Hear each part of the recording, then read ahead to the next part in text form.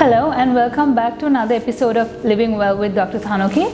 Today the topic of discussion would be pulmonary diseases, and under this topic I'll be covering asthma and chronic obstructive pulmonary disease.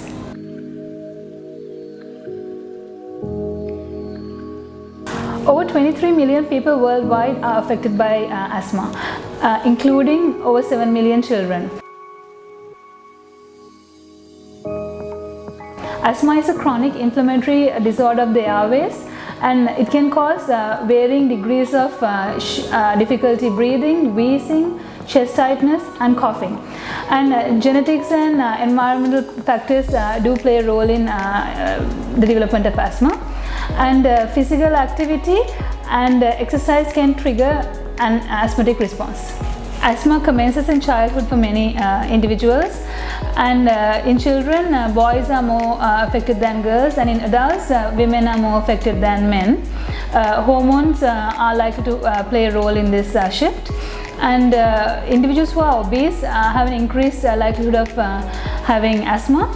And it's been proven that a well designed exercise program is likely to reduce asthma symptoms and its exacerbations. Asthma affects genetically susceptible individuals. It can be due to allergens, it can be due to cold, stress, exercise or viral infections. And this can cause narrowing of airways and bronchospasm. Because of this narrowing, it can lead to a difficulty in the ability to transfer oxygen to the rest of the body through the respiratory system.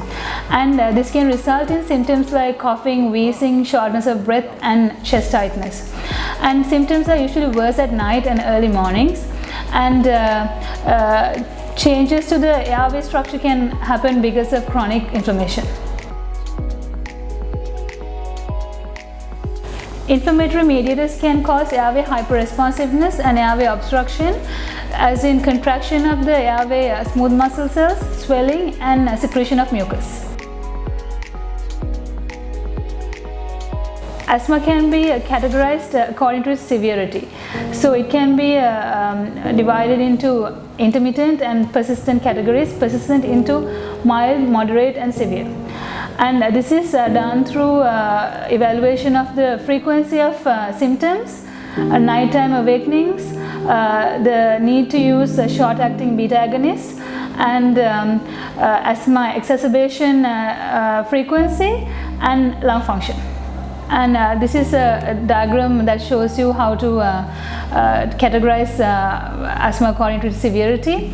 And we must remember that the frequency and severity can change anytime in any category for patients.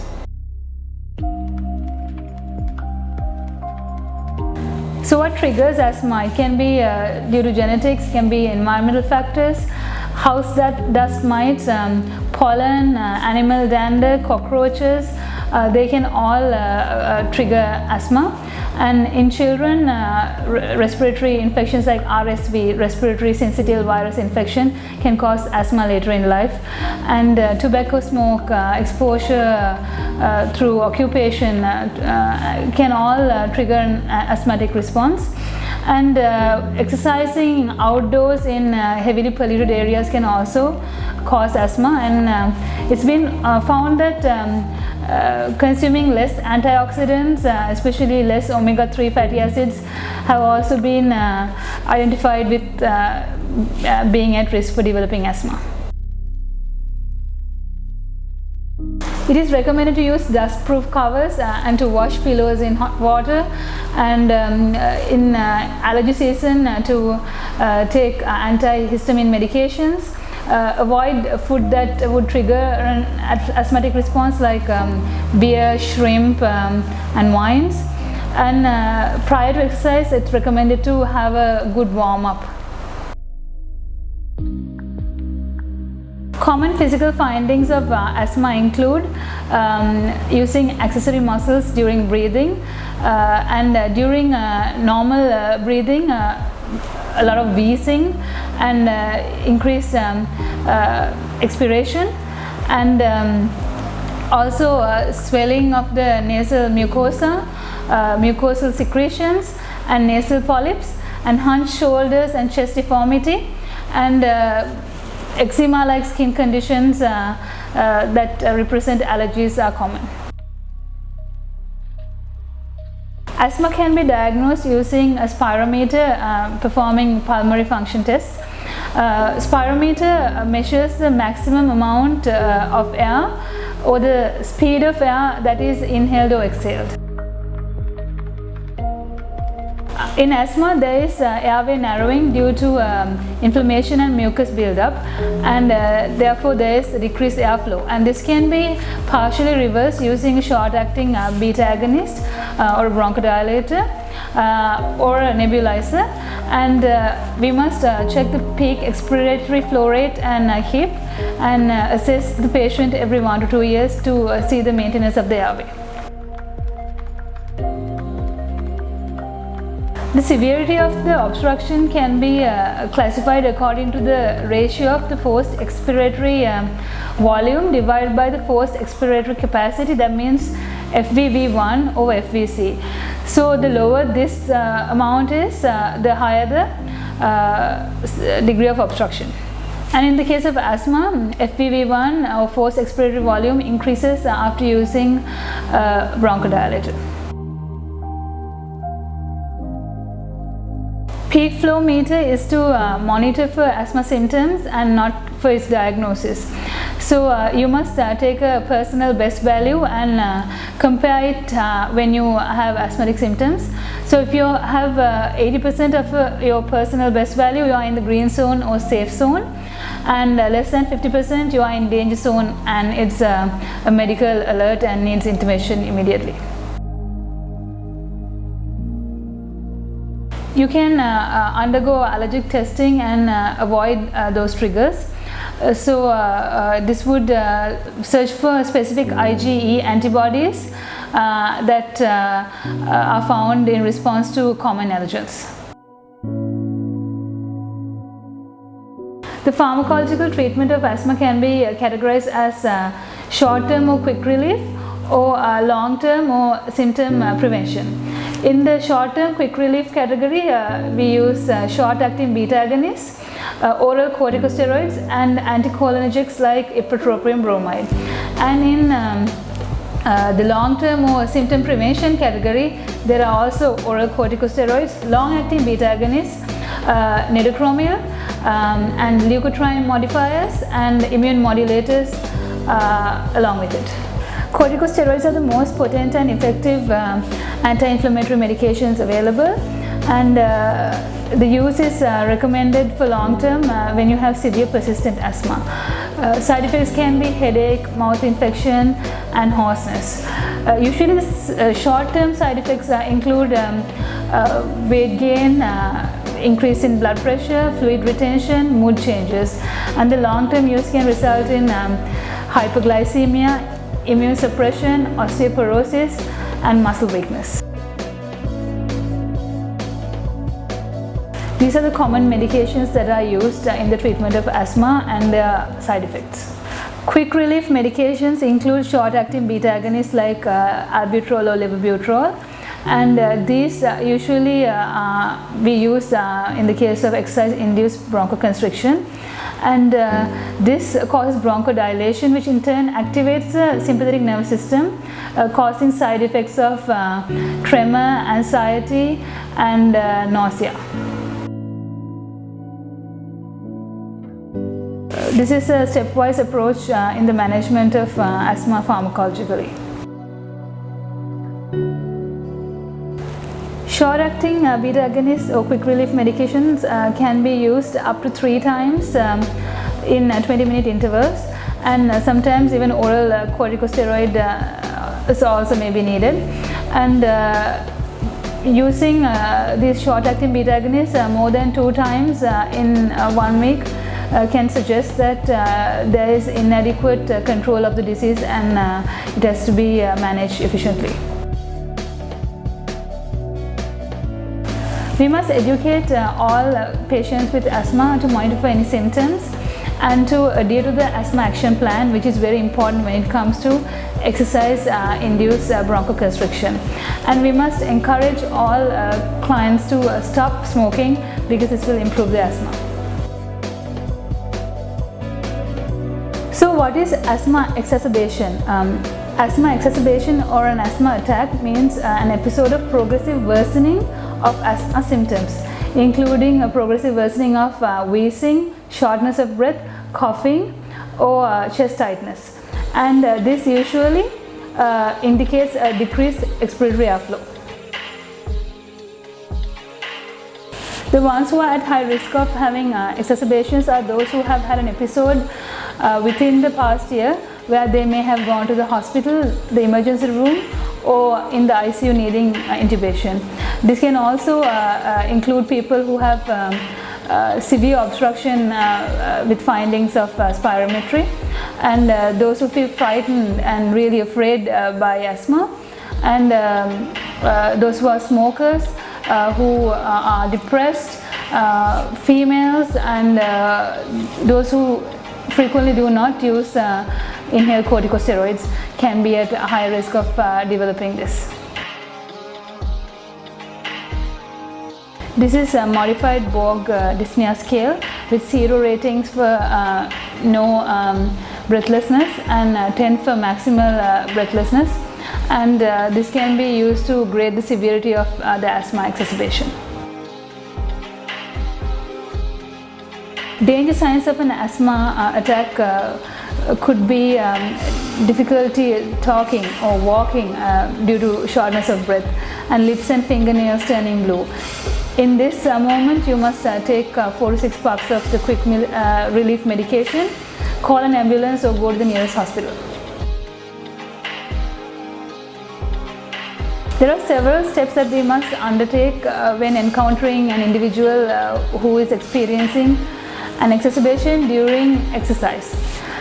One is to reduce the intensity of the exercise and to administer rescue drugs. And also, we must never push the individual through the exercise or to stop abruptly.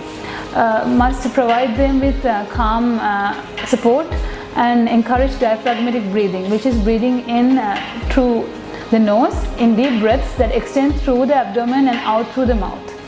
And also, we must remove them from any exposure to allergens or air pollution. If symptoms don't improve, we must stop the exercise and seek medical attention. We must also document all the necessary steps taken during this process according to the institution's protocols. Although there is no specific diet for asthma, it has been proven that caffeine has some beneficial effects on the symptoms of asthma. This is because caffeine acts like theophylline, which is taken for asthma. But that doesn't mean we can substitute caffeine for theophylline. Caffeine, about 150 milligrams or 1.5 cups of coffee, can improve asthma symptoms if taken 2 to 4 hours before. And but if you take caffeine and theophylline together, this might have a compounded effect, so we must monitor the amount of caffeine taken.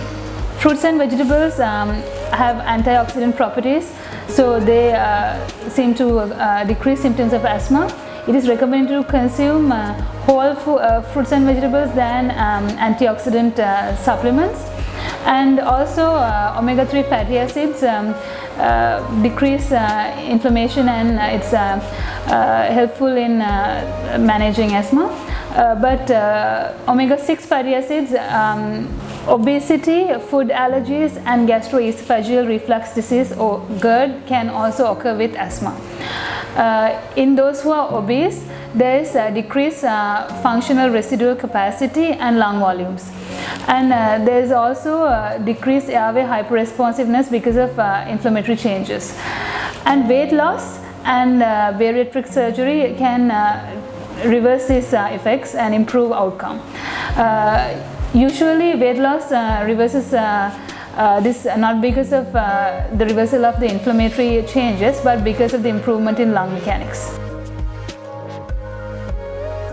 If you have food allergies, it's important to avoid them.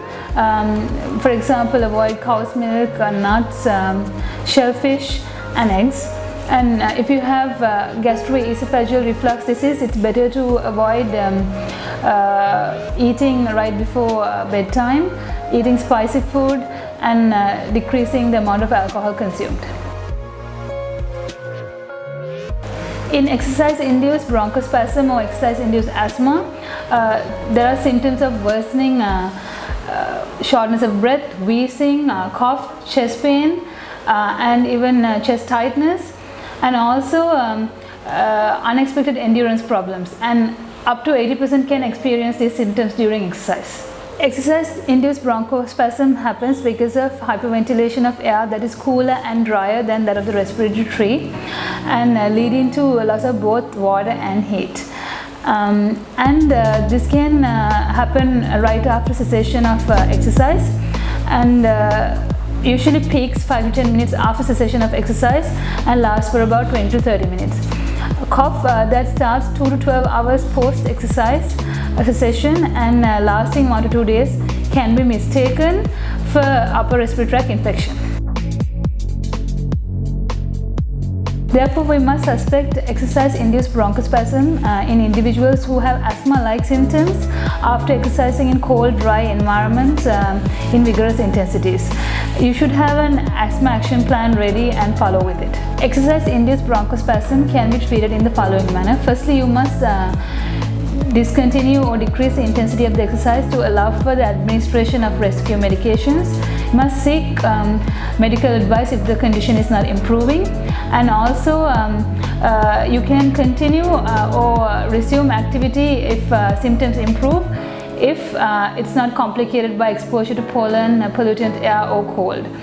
Must also understand that exercise-induced asthma attack can have asthma-like symptoms 1 hour after cessation of exercise. It is also important to understand that individuals may experience asthma symptoms up to 1 hour after experiencing an exercise-induced asthma attack. These individuals must be presented to their physician, who will provide with them an exercise challenge test. In this, individuals will be subjected to strenuous exercise at a rate that is about 80% of their maximal heart rate for about 4 to 6 minutes in duration, and if they experience a 15% decrease in their peak expiratory flow rate, this concludes the diagnosis of exercise-induced asthma or exercise-induced bronchospasm.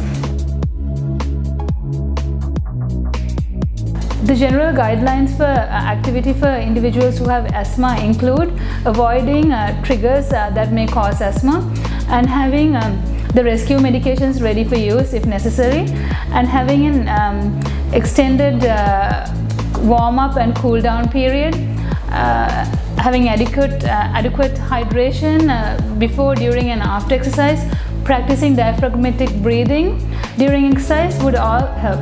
The severity of the bronchospasm in exercise-induced bronchospasm is dependent on the ventilatory rate and also the exercise intensity. This bronchospasm usually occurs in high intensities, VO2 max more than 80%. It can even happen in intensities lower than that. But this is important for us to know that we must choose the exercise intensity wisely when dealing with these kind of patients.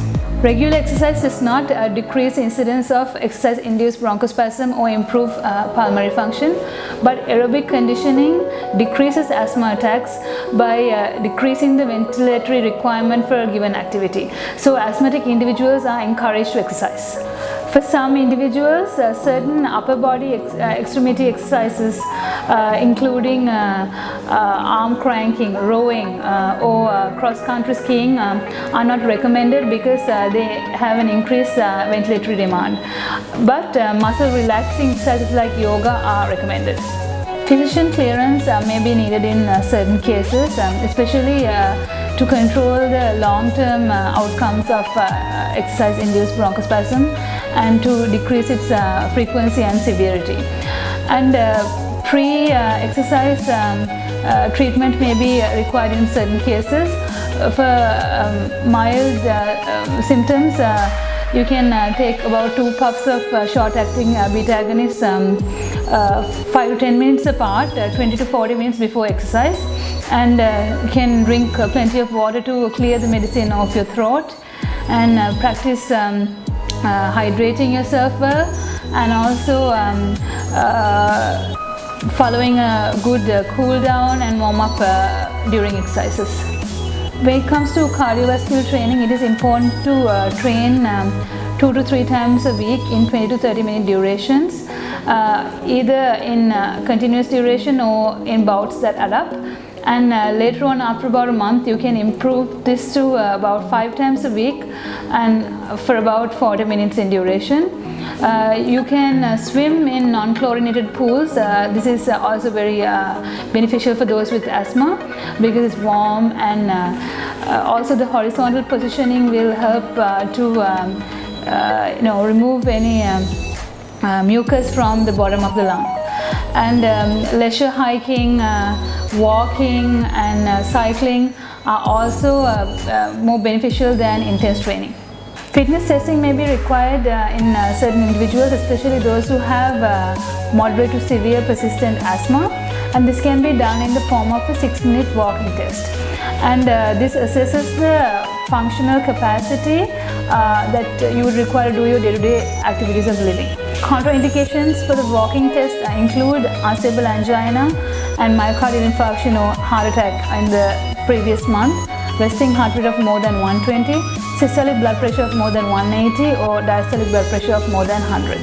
Physician clearance may be required in this case. Now we come to the next subtopic, which is chronic obstructive pulmonary disease or COPD, which again is because of airflow limitation in the lung and has symptoms like coughing, wheezing, sputum production, exercise intolerance and shortness of breath. And this is closely associated with smoking. COPD is the main cause of death in those who have lower respiratory disease, and occupational exposure accounts for about 20% of these cases. And other risk factors for developing COPD include asthma, childhood infections, TB and bronchitis. Unlike in asthma, COPD is found in older individuals, and this can be due to the genetic deficiency of alpha-1 antitrypsin.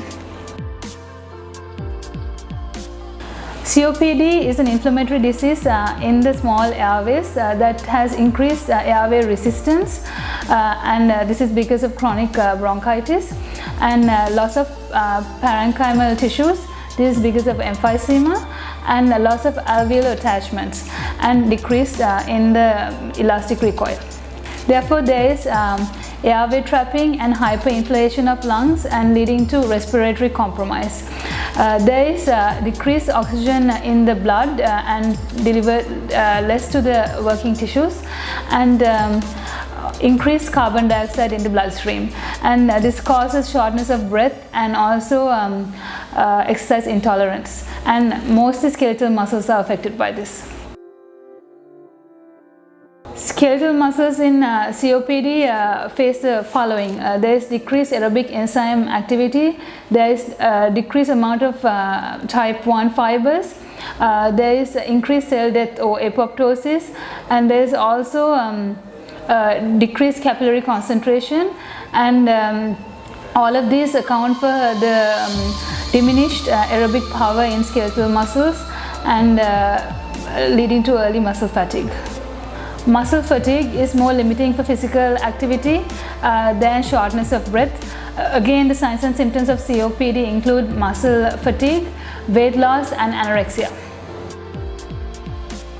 Spirometry values of FBV1 over FVC of less than 70% is diagnostic of COPD, and this is used to measure the severity of the disease. Unlike in asthma, administration of a bronchodilator does not reverse the airflow limitation. The severity of the stages of COPD is classified according to FBV1, and this is how it's done. The treatment of COPD revolves primarily around improving the quality of life and mainly through cessation of smoking. FEV1 or forced expiratory volume is a good predictor of the disease severity, and for treatment we usually use short-acting beta agonists inhaled and long-acting beta agonists and ipratropium bromide. Bronchodilators improve symptoms by decreasing airway trapping, decreasing airway hyperinflation, and improving exercise tolerance and decreasing dyspnea. Other treatment modalities for COPD include oxygen, ventilation support, and lung transplant. The other measures that you can take in the prevention of COPD exacerbations include cessation of smoking, administering the pneumonia vaccine, and following good inhaler techniques, and using long-acting bronchodilators with or without the use of inhaled corticosteroids. COPD patients use accessory muscles for respiration, and you can also see paradoxical chest wall movements, and this is called flail chest. In COPD patients, a new onset or worsening case of central cyanosis, peripheral edema, hemodynamic instability, or altered mental status would require immediate medical attention. Treatment of COPD exacerbation usually requires hospital admission, and the treatment is usually with short-acting beta agonists like albuterol, short-acting anticholinergics like ipratropium bromide, and antibiotics and steroids. Some of the comorbidities associated with COPD include ischemic heart disease, heart failure, atrial fibrillation, lung cancer, osteoporosis, metabolic syndrome, diabetes mellitus, depression, and anxiety.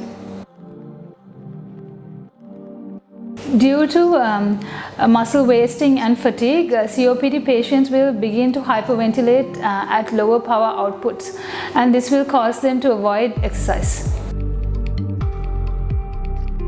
Most COPD patients have poor nutrition, therefore it is important to refer them to a dietitian and have medical nutrition therapy in order to prevent further weight loss and to provide adequate energy. Nutritional supplementation should promote weight gain and improve the fat-free mass of the individual and help to improve the quality of life.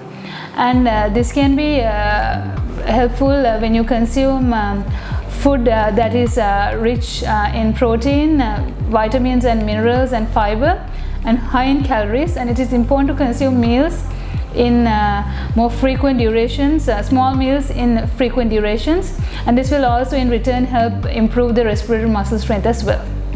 The rationale behind consuming meals in small amounts and in more frequent durations is to avoid postprandial dyspnea and to promote satiety. Physical activity improves brain's response to the elevated levels of carbon dioxide and also improves the respiratory drive. Exercise also helps individuals in dealing with depression and anxiety, and also improves mood. And this also improves the skeletal muscle mass and helps carry out activities of daily living with ease. And this helps individuals in improving the airway hyperinflation, and breathing is much easier. Exercise decreases ventilatory requirement and causes the decreasing in hyperinflation of lungs by prolonging the time for expiration. Pulmonary rehabilitation programs are there for COPD patients, and they are in durations of about 6 to 12 weeks, and individuals exercise for about 20 minutes in duration using either cycles or treadmills, and these have a beneficial outcome for these patients. Physician supervised stress tests may be required and it's recommended before beginning a pulmonary rehabilitation program. COPD patients are encouraged to use a pursed lip breathing technique that improves tidal volume, decreases anxiety, and also helps use accessory muscles and facilitates breathing. Cardiovascular exercises are recommended 3 to 5 times a week, ideally every day, in at least 15-minute durations leading up to about 30 to 40 minutes. And if you can't do it continuously, you can do it in bouts and add it up. And you can do cycling, walking, or any other upper body exercises. It is recommended to start with a low exercise intensity, and after about a month you can increase the intensity. As per resistance training, you can target the main muscle groups and train it few times a week. So that was pulmonary diseases in a nutshell, and we covered both asthma and chronic obstructive pulmonary disease. I hope you found it useful. If you have any questions or comments, please don't hesitate to contact us. If you haven't done so already, please like and follow us on our social media pages, and don't forget to subscribe to our YouTube channels, and click on the bell icon for any notifications. And I hope to be back next week with another topic. Thank you so much.